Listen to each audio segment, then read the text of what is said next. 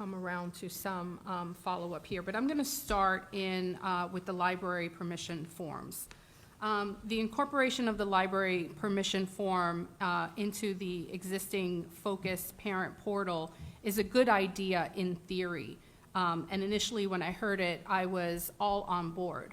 But after giving it careful consideration, it does not adequately address or remove the books that have nudity, sexual content, sexual conduct, sexual battery, bestiality, sadomasochistic abuse, and is harmful to minors, or any matter that is defined as in the statute 847.001. That would be explicit and detailed verbal descriptions and narrative accounts of the same as outlined in Florida Statute 847.012.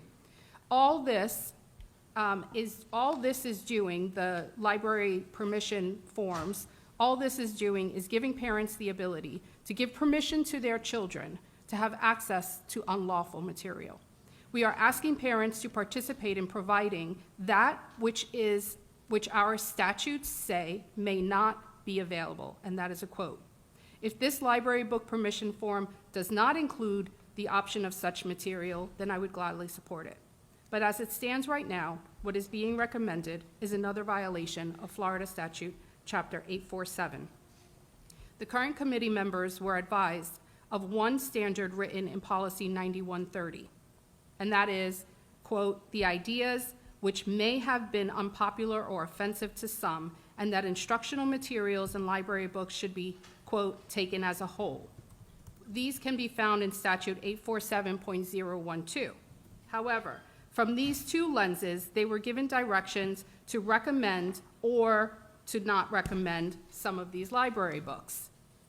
The idea, the language, ideas which may have been unpopular or offensive to some, is not written in statute. The taken as a whole is.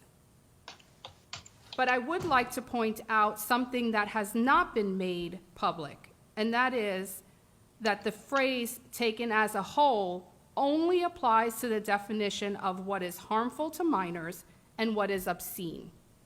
It does not apply to the definition of nudity, sexual matters, sexual conduct, sexual excitement, masochism, sadism,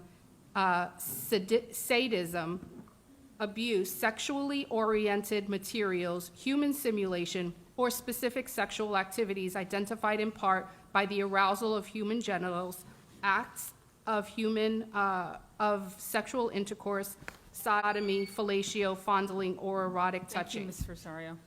Okay.